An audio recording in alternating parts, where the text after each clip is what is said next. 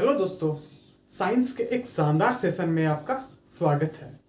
तो दोस्तों, आज हम लोग पढ़ेंगे दर्पण या मिरर। क्या होता है दर्पण? पहले हम लोग दर्पण को बनाने की प्रक्रिया को समझ लेते हैं। दर्पण कैसे बनता है? तो दोस्तों, किसी भी कांच की पट्टी पर, चाहे वो सीधी कांच की पट्टी हो, चाहे वो मुड़ी हुई कांच की पट्टी हो, उसकी एक साइड में किसी परावर्ती पदार्थ की पॉलिश कर दे या चांदी की पॉलिश कर दे। किसकी पॉलिश कर दे? चांदी की पॉलिश कर दे। तो इससे क्या होगा? दर्पण का निर्माण हो जाएगा। और इस दर्पण के द्वारा हम लोग किसी भी वस्तु का प्रतिबिंब या हम लोग अपना प्रतिबिंब भी आसानी से देख पाएंगे। ये तो बन गया अपना दर्पण। अब दोस्तों, दर्पण दो प्रकार का होता है। दर्पण कितने प्रकार का होता है? दो प्रकार का होता है। पहला है समतल दर्पण। पहला कौन सा है? समतल दर्पण। दूसरा है गोलीय दर्पण। सेकंड कौन सा है? गोलीय दर्पण। अब समतल दर्पण क्या चीज है? ऐसे दर्पण जो समतल हो, वो क्या कहलाते हैं? समतल दर्पण। समतल दर्पण कैसे बनेंगे? किसी भी समतल पट्टी का पर, किसी भी समतल कांच की पट्टी का पर एक साइड में मैं चांदी की पॉलिश कर दूं। एक साइड में किसकी पॉलिश कर दूं? चांदी की पॉलिश कर दूं। तो किस दर्पण का निर्माण हो जाएगा? समतल दर्पण का निर्माण हो जाएगा। ठीक है दोस्तों, ये तो बन गया अपना समतल दर्पण। अब हम लोग बनाएंगे गोलीय दर्पण। ये कैसे बनते हैं? तो दोस्तों, गोलीय दर्पण बनते हैं गोले से। किससे बनते हैं? गोले से। ये है दोस्तों अपने पास एक कांच का गोला। इसके मैं दो टुकड़े कर लूंगा यहाँ पे, एक इस साइड से और एक इस साइड से। दो मैंने टुकड़े कर लिए। ये है मेरे गोले के टुकड़े। अब दोनों पे क्या करूंगा? एक साइड में मैं चांदी की पॉलिश कर दूंगा। ये मैंने यहाँ पे पॉलिश कर दी है। इस प्रकार पॉलिश करने के बाद यहाँ पे दो प्रकार के गोलीय दर्पण का निर्माण हो जाएगा। कितने प्रकार के गोलीय दर्पण बन गए? दो प्रकार के गोलीय दर्पण बन गए। ऐसा गोलीय दर्पण जो उभरा हुआ है, ये गोलीय दर्पण उभरा हुआ है ना, तो ऐसा दर्पण जो उभरा हुआ है उसे हम लोग कहेंगे उत्तल दर्पण। क्या कहेंगे? उत्तल दर्पण। उससे उभरा हुआ ऐसा दर्पण जो उभरा हुआ होता है वो क्या कहलाता है? उत्तल दर्पण। और दूसरा दर्पण जो अंदर की तरफ दबा हुआ है, इसे हम लोग कहेंगे अवतल दर्पण। इसे हम लोग क्या कहेंगे? अवतल दर्पण। ऐ का मतलब अंदर की तरफ दबा हुआ। ऐसा दर्पण जो अंदर की तरफ दबा हुआ होता है उसे हम लोग क्या कहते हैं? अवतल दर्पण। ठीक है दोस्तों। अब इस उत्तल दर्पण का दूसरा नाम है अपसारी दर्पण। इसको हम लोग क्या कहेंगे? अपसारी दर्पण। अपसारी दर्पण का मतलब ये किरणों को फैलाने का काम करेगा। ऐसा दर्पण जो किरणों को फैलाने का काम करता है, अपसार करने का काम करता है, उसे हम लोग क्या कहते हैं? अपसारी दर्पण। तो इस उत्तल दर्पण का दूसरा नाम क्या है? अपसारी दर्पण। ऐसा दर्पण जो किरणों को एक जगह पे एकत्रित करता है, एक जगह पे केंद्रित करता है, उसे हम लोग कहते हैं अभिसारी दर्पण। उसे हम लोग क्या कहेंगे? अभिसारी दर्पण। तो ये जो अपना अवतल दर्पण है, ये किरणों को क्या करेगा? एक जगह पे केंद्रित करने का काम करेगा। एक जगह पे केंद्रित करने का काम करेगा। इसी कारण इसको हम लोग क्या कहेंगे? अभिसारी दर्पण। ठीक है दोस्तों, ये हो गए अपने गोलीय दर्पण। अब हम लोग क्या करते हैं? इन गोलीय दर्पणों से संबंधित कुछ महत्वपूर्ण शब्दावली देख लेते हैं, कुछ महत्वपूर्ण बिंदु देख लेते हैं। यहाँ पे हम लोग इन महत्वपूर्ण बिंदुओं को अवतल दर्पण के द्वारा समझेंगे। ठीक है दोस्तों। तो यहाँ पे मैं बना रहा हूं एक अवतल दर्पण। ये बन गया अपना अवतल दर्पण। अब दर्पण से संबंधित एक शब्द होता है ध्रुव। क्या होता है? ध्रुव। ध्रुव किसे कहते हैं? तो दोस्तों, ध्रुव क्या चीज है? किसी भी दर्पण का मध्य बिंदु, क्या कहलाता है? ध्रुव। तो इस दर्पण का जो मध्य बिंदु ओ है, ये क्या कहलाता है? ध्रुव। तो ध्रुव क्या चीज है? मध्य बिंदु। किसी भी दर्पण का मध्य बिंदु क्या कहलाएगा? ध्रुव। ठीक है दोस्तों। अब अगला पॉइंट है मुख्य अक्ष। अगला पॉइंट क्या है? मुख्य अक्ष। किसी भी दर्पण के ध्रुव से गुजरने वाले अक्ष को, हम लोग क्या कहेंगे? मुख्य अक्ष। तो ध्रुव से गुजरने वाले अक्ष को क्या कहेंगे? मुख्य अक्ष। ठीक है दोस्तों। तो ध्रुव से गुजरने वाले अक्ष को हम लोग क्या कहेंगे? मुख्य अक्ष। ध्रुव क्या चीज है? किसी भी दर्पण का मध्य बिंदु ध्रुव कहलाता है और ध्रुव से गुजरने वाला अक्ष क्या कहलाता है? मुख्य अक्ष। ठीक है दोस्तों। अब इस दर्पण के अंदर हम लोग बिंब को रखेंगे बाईं ओर। बिंब को किधर रखेंगे? बाईं ओर। इस साइड में हम लोग बिंब को रखेंगे। ठीक है दोस्तों, बिंब को हमेशा बाईं ओर रखा जाता है। अब आगे देखते हैं। अगला पॉइंट है अपना वक्रता केंद्र। अगला पॉइंट क्या है? वक्रता केंद्र। वक्रता केंद्र क्या चीज है? तो दोस्तों ये गोलीय दर्पण किसी गोले का भाग था। शुरू में किसका भाग था? ये किसी गोले का भाग था। इस गोले का केंद्र क्या कहलाएगा? वक्रता केंद्र। फिर से देखते हैं दोस्तों, वक्रता केंद्र क्या चीज है? ये जो दर्पण है शुरू में किसका भाग था? किसी गोले का भाग था, और गोले के केंद्र को ही क्या कहेंगे? वक्रता केंद्र। तो इस गोले का केंद्र क्या होगा? वक्रता केंद्र। समझ में आ गया? तो ये अपना वक्रता केंद्र C। ठीक है दोस्तों, इस वक्रता केंद्र से इस ध्रुव O के बीच की दूरी कहलाती है वक्रता त्रिज्या। वक्रता त्रिज्या। वक्रता त्रिज्या क्या है? ध्रुव O और वक्रता केंद्र C के बीच की दूरी क्या कहलाती है? वक्रता त्रिज्या। ठीक है दोस्तों, ये हो गई अपनी वक्रता त्रिज्या। अब इसमें एक पॉइंट और होता है, फोकस बिंदु। फोकस बिंदु। तो दोस्तों अनंत से चलकर आने वाली किरणें, अनंत से चलकर आने वाली किरणें जिस बिंदु पे आकर मिलती हैं, जिस बिंदु पे आकर मिलती हैं या मिलती हुई प्रतीत होती है, उसे हम लोग कहते हैं फोकस बिंदु। तो अनंत से चलकर आने वाली सूर्य की किरणें या किसी ऑब्जेक्ट की किरणें किसी बिंदु पर आकर मिलती हैं, उसे हम लोग क्या कहते हैं? फोकस बिंदु। क्या कहते हैं? फोकस बिंदु। और ध्रुव O और फोकस बिंदु F। फोकस बिंदु को मैं क्या नाम दूंगा? F। ध्रुव O और फोकस बिंदु F के बीच की दूरी क्या कहलाती है? फोकस दूरी। क्या कहलाती है? फोकस दूरी। दोस्तों इस दर्पण के अंदर जितनी भी दूरियां मापेंगे हम लोग, ये इस जो ध्रुव O है ना, इससे मापेंगे। जितनी भी दूरियां किससे मापेंगे? ध्रुव O से मापेंगे। ठीक है दोस्तों, ये हो गई अपनी फोकस दूरी। अगला पॉइंट है अपना बिंब की दूरी। बिंब की दूरी। दोस्तों बिंब की दूरी को U के द्वारा डिनोट करते हैं। बिंब की दूरी को किसके द्वारा डिनोट करते हैं? U के द्वारा डिनोट करते हैं। तो ध्रुव O से बिंब की दूरी, ध्रुव O से बिंब की दूरी क्या कहलाती है? बिंब दूरी। अगला पॉइंट है प्रतिबिंब की दूरी। प्रतिबिंब की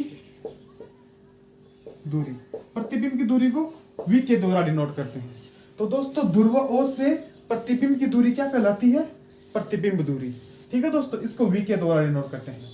अब इसमें इंपॉर्टेंट चीज क्या है, वो चीज अपने को ध्यान में रखनी है।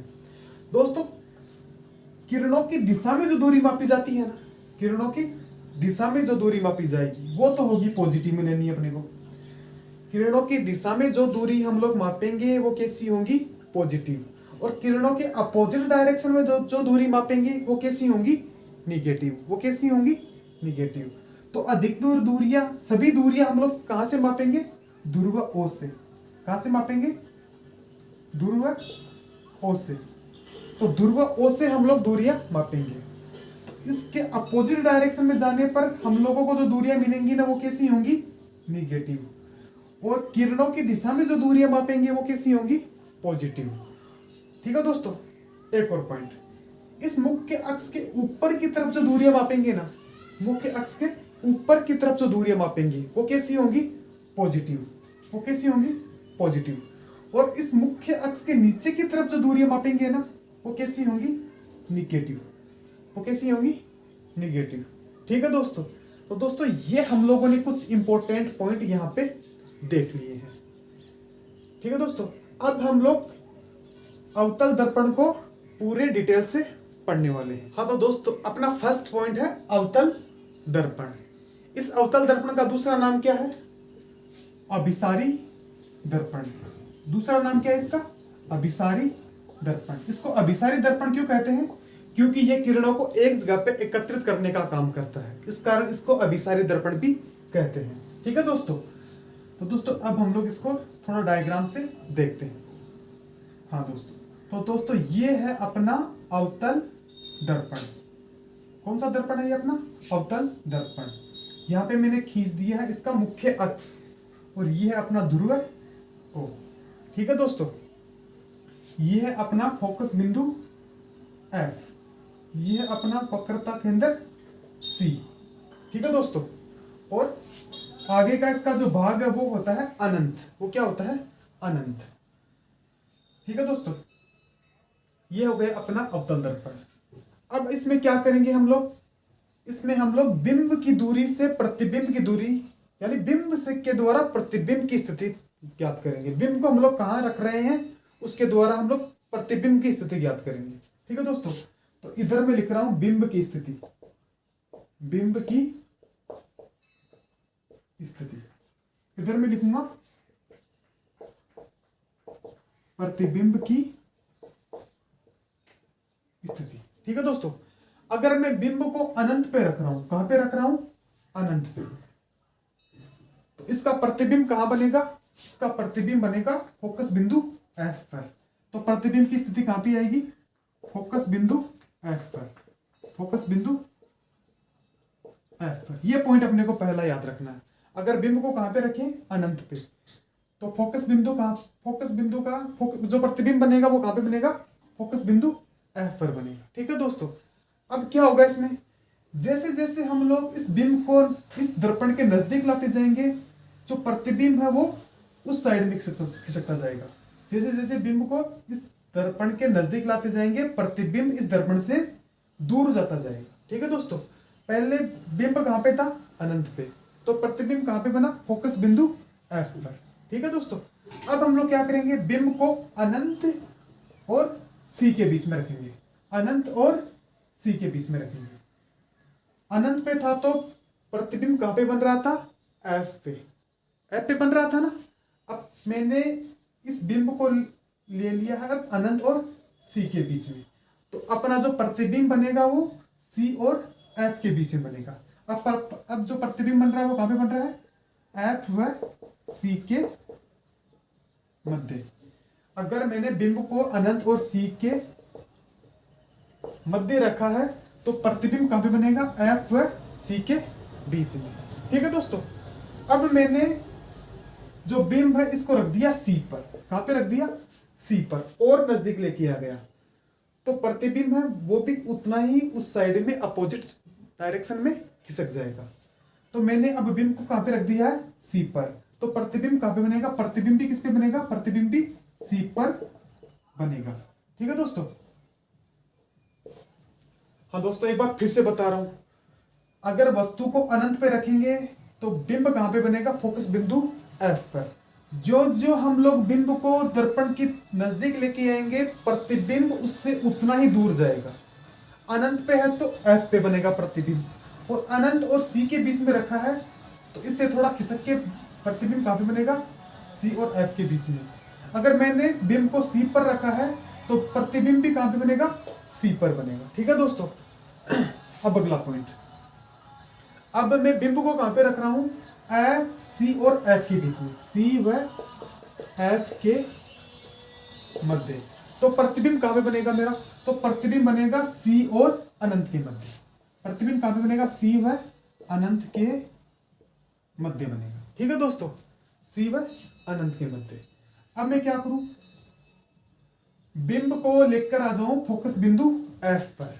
बिंब को कहां पे लेके आ गया? फोकस बिंदु F पर, F पर लेके आ गया, तो प्रतिबिंब कहां पे बनेगा? प्रतिबिंब बनेगा अब अनंत पर। प्रतिबिंब कहां पे बनेगा? अनंत पर। तो प्रतिबिंब कहां पे बन रहा है? अनंत पर। ठीक है दोस्तों, जो जो हम लोग बिंब को नजदीक लेके आ रहे हैं, प्रतिबिंब उतना ही दूर जाता जा रहा है। अनंत पे था तो F पर, F पे रखेंगे तो अनंत पर, जस्ट एक दूसरे के अपोजिट है ये। ठीक है दोस्तों, अब नेक्स्ट पॉइंट, नेक्स्ट पॉइंट क्या है? अब हम लोग क्या करेंगे? बिंब को F और O के बीच में लेके जाएंगे। कहां पे लेके जाएंगे? F व O के मध्य, F व O के मध्य। अब ये जो प्रतिबिंब बनेगा ना, ये इस साइड में नहीं बनेगा, ये बनेगा पीछे। ये कहां पे बनेगा? पीछे बनेगा। तो ये बनेगा पीछे बनेगा, ये पीछे बनेगा, और ये आभासी बनेगा। कैसा बनेगा? आभासी बनेगा, आभासी बनेगा। अब तक जो प्रतिबिंब बन रहे थे ना, वो कैसे बन रहे थे? वास्तविक प्रतिबिंब बन रहे थे, वास्तविक व उल्टे प्रतिबिंब बन रहे थे।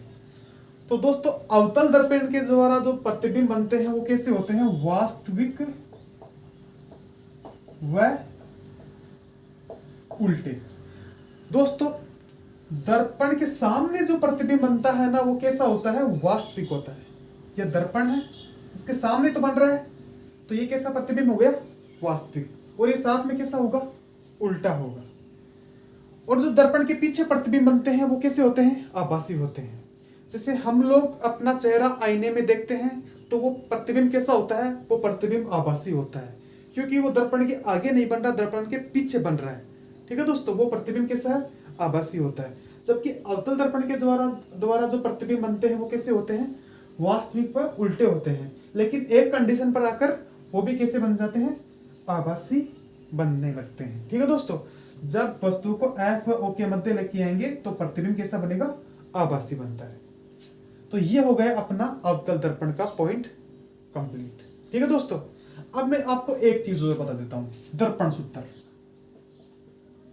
दर्पण सूत्र, तो दोस्तों दर्पण सूत्र है अपना 1/F बराबर 1/V प्लस 1/U, यानी 1/F is equal to 1/V plus 1/U।